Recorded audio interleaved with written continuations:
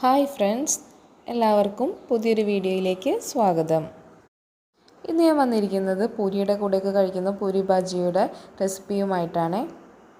എല്ലാവർക്കും ഇഷ്ടപ്പെടുന്ന പൂരിയുടെയും ദോശയുടെയൊക്കെ കൂടെ നല്ല കോമ്പിനേഷനായ ഈ ഉരുളക്കിഴങ്ങ് മസാല എങ്ങനെയാണ് തയ്യാറാക്കുന്നതെന്ന് നോക്കാം. വീഡിയോ കണ്ടുകൊണ്ടിരിക്കുന്നവരിൽ ചാനൽ ആദ്യമായി കാണുന്നവരുണ്ടെങ്കിൽ സബ്സ്ക്രൈബ് ചെയ്യാൻ മറക്കല്ലേ. കൂടാതെ ബെൽ ബട്ടൺ എനേബിൾ ചെയ്ത് അതിലെ ഓൾ എന്ന ഓപ്ഷൻ സെലക്ട് ചെയ്താൽ ഞാനിടുന്ന എല്ലാ വീഡിയോയുടെയും നോട്ടിഫിക്കേഷൻ നിങ്ങൾക്ക് ലഭിക്കുന്നതായിരിക്കും. നമുക്ക് പെട്ടെന്ന് തന്നെ റെസിപ്പിയിലോട്ട് പോവാം. ആദ്യമായി ഒരു കടായി സ്റ്റൗവിൽ വെച്ച് ചൂടായി വരുമ്പോൾ അതിലോട്ട് ഓയിൽ ഒഴിച്ചു കൊടുക്കാം. നമുക്ക് സൺഫ്ലവർ ഓയിലോ വെളിച്ചെണ്ണയോ ഉപയോഗിക്കാം. എണ്ണയൊന്ന് ചൂടായി വരുമ്പോൾ അതിലോട്ട് 1/2 ടീസ്പൂൺ കടുകിട്ട് പൊട്ടിച്ചു കൊടുക്കാം. കടുകൊന്ന് പൊട്ടി വരുമ്പോൾ അതിലോട്ട് 1/4 ടീസ്പൂൺ ചെറിയ ജീരകം, 1 ടീസ്പൂൺ ഉഴുന്ന്, 2 വറ്റൽമുളക് മുറിച്ചത് ഇവ ചേർത്ത് കൊടുക്കാം. ഇനി ഇതെല്ലാം കൂടി ഒന്ന് റോസ്റ്റ് ചെയ്തെടുക്കണം. ഫ്ലെയിം എപ്പോഴും ലോയിൽ വെച്ചിരിക്കണേ. ശേഷം ഒരു ചെറിയ കഷ്ണം ഇഞ്ചി ചെറുതായിട്ട് മുറിച്ചതും 3-4 അല്ലി വെളുത്തുള്ളി ചെറുതായിട്ട് മുറിച്ചതും ചേർത്ത് കൊടുക്കാം. ഇതൊന്ന് മൂത്ത് വരുമ്പോൾ ഇതിലോട്ട് ഒരു സവാള നീളത്തിൽ കനം കുറച്ച് അരിഞ്ഞത് ചേർക്കാവുന്നതാണ്. ഇനി ഇതൊന്ന് ഇളക്കി കൊടുക്കാം. ശേഷം ഒരു 3 പച്ചമുളക്, കുറച്ച് കറിവേപ്പില ഇവ ചേർക്കുന്നുണ്ട്. ഈ കറിയിൽ നമ്മൾ എരിവിനായി പച്ചമുളക് മാത്രമേ ചേർക്കുന്നുള്ളൂ. അതുകൊണ്ട് നിങ്ങളുടെ എരിവിനനുസരിച്ച് മുളകിൻ്റെ എണ്ണം കൂട്ടുകയോ കുറയ്ക്കുകയോ ചെയ്യാവുന്നതാണ്. ഇത് നന്നായി ഇളക്കി കൊടുക്കാം. ഇനി ഇത് പെട്ടെന്ന് വാടി കിട്ടുന്നതിനായി നമുക്ക് കുറച്ച് ഉപ്പ് ചേർത്ത് കൊടുക്കാം. ഞാനിവിടെ ഒരു 1/4 ടീസ്പൂണിനേക്കാളും കുറച്ച് കൂടുതൽ ഉപ്പാണ് ചേർത്തിട്ടുള്ളത്. ഇനി നന്നായി വാടി വരുന്നത് വരെ ഇളക്കി കൊടുക്കാം. ഈ കറിക്ക് നമ്മൾ റെസ്റ്റോറൻറ്റിൽ നിന്നൊക്കെ കഴിക്കുന്ന പൂരി ഭാജിയുടെ അതേ രുചിയാണ്. ഉഴുന്ന് പരിപ്പൊക്കെ ചേർക്കുമ്പോൾ ഒരു പ്രത്യേക ടേസ്റ്റാണ് ഇതിന്. നിങ്ങളുടെ കയ്യിൽ അവൈലബിൾ ആണെങ്കിൽ ചേർക്കണേ. ഇത് ഏകദേശം ഒന്ന് വാടി വരുമ്പോൾ ഇതിലോട്ട് ഒരു 1/4 ടീസ്പൂൺ മഞ്ഞൾപ്പൊടി ചേർത്ത് കൊടുക്കാം.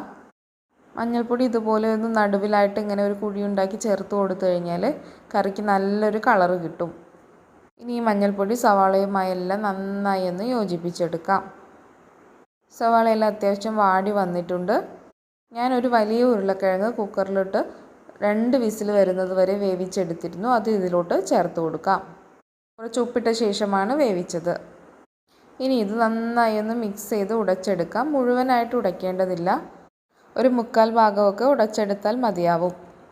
ഇപ്പോൾ പൊട്ടറ്റോ ഒക്കെ മസാലയിലോട്ട് നന്നായി മിക്സായി വന്നിട്ടുണ്ട്. ഇനി നമുക്ക് ഇതിലോട്ട് നമ്മൾ പൊട്ടറ്റോ വേവിക്കാൻ ഉപയോഗിച്ച വെള്ളം ഒഴിച്ചു കൊടുക്കാം. ഇനി ഇതിൽ കിടന്ന് നന്നായി ഒന്ന് തിളച്ച് വരട്ടെ. ഈ സമയത്ത് നിങ്ങൾക്ക് ഉപ്പ് ചെക്ക് ചെയ്ത് ആവശ്യമെങ്കിൽ ചേർക്കാവുന്നതാണ്. നമ്മൾ സവാള വഴറ്റുമ്പോഴും ഉരുളക്കിഴങ്ങ് വേവിക്കുമ്പോഴും ഉപ്പ് ചേർത്ത് കൊടുത്തിരുന്നു. അതുകൊണ്ട് ചെക്ക് ചെയ്ത് ആവശ്യമെങ്കിൽ മാത്രം ചേർത്ത് കൊടുക്കുക. ഇനി ഇതിലോട്ട് ഒരു 1/2 ഗ്ലാസ് വെള്ളം കൂടി ഒഴിച്ച് മീഡിയം ഫ്ലെയിമിൽ പാകത്തിന് കറിയായി വരുന്നത് വരെ കുറുക്കിയെടുക്കണം. അപ്പോൾ ഈ മസാലയുടെയും ഉള്ളിയുടെയൊക്കെ ഫ്ലേവറൊക്കെ പൊട്ടറ്റോയിലേക്ക് പിടിച്ച് നല്ലൊരു കറിയായി വരും. അപ്പോൾ ഇത് നന്നായി തിളയ്ക്കാൻ തുടങ്ങിയിട്ടുണ്ട്. ഇത് പാകത്തിനുള്ള കൺസിസ്റ്റൻസി എത്തുന്നത് വരെ തിളയ്ക്കട്ടെ. ഗ്രേവി എല്ലാം നന്നായി കുറുകി വരുന്നുണ്ട്. ഈ സമയത്ത് നിങ്ങൾക്ക് കുറച്ച് മല്ലിയില ചെറുതായിട്ട് അരിഞ്ഞത് ചേർത്ത് കൊടുക്കാം. ഇതൊന്ന് നന്നായി മിക്സ് ചെയ്തെടുക്കാം. അപ്പോൾ നമ്മുടെ കറി റെഡിയായി കിട്ടിയിട്ടുണ്ട്. നമുക്ക് ഫ്ലെയിം ഓഫ് ചെയ്യാം. ഈ ഒരു കൺസിസ്റ്റൻസിയിൽ വേണം കറി കിട്ടാൻ വേണ്ടിയിട്ട്. നിങ്ങൾക്ക് കൂടുതൽ കറി വേണമെങ്കിൽ കൂടുതൽ പൊട്ടറ്റോയും സവാളയും യൂസ് ചെയ്യാവുന്നതാണ്. വെള്ളം ഒഴിച്ച് ജ്യൂസാക്കി എടുക്കരുത്. അങ്ങനെ നമ്മുടെ ടേസ്റ്റി പൊട്ടറ്റോ കറി റെഡിയായി കിട്ടിയിട്ടുണ്ട്. എല്ലാവരും വീട്ടിൽ ഇതുപോലെ തയ്യാറാക്കി നോക്കി ഫീഡ്ബാക്ക് കമൻ്റായിട്ട് അറിയിക്കുമല്ലോ. ഞാനിത് നല്ല ഫ്ലഫി സോഫ്റ്റ് പൂരിയുടെ കൂടെയാണ് സെർവ് ചെയ്യുന്നത്. വീഡിയോ ഇഷ്ടപ്പെട്ടാൽ ചാനൽ സബ്സ്ക്രൈബ് ചെയ്യാനും ലൈക്ക് ചെയ്യാനും ഫ്രണ്ട്സിനും റിലേറ്റീവ്സിനൊക്കെ ഷെയർ ചെയ്ത് കൊടുക്കാനും മറക്കല്ലേ. വീണ്ടും പുതിയൊരു റെസിപ്പിയുമായി കാണാം. Thank you.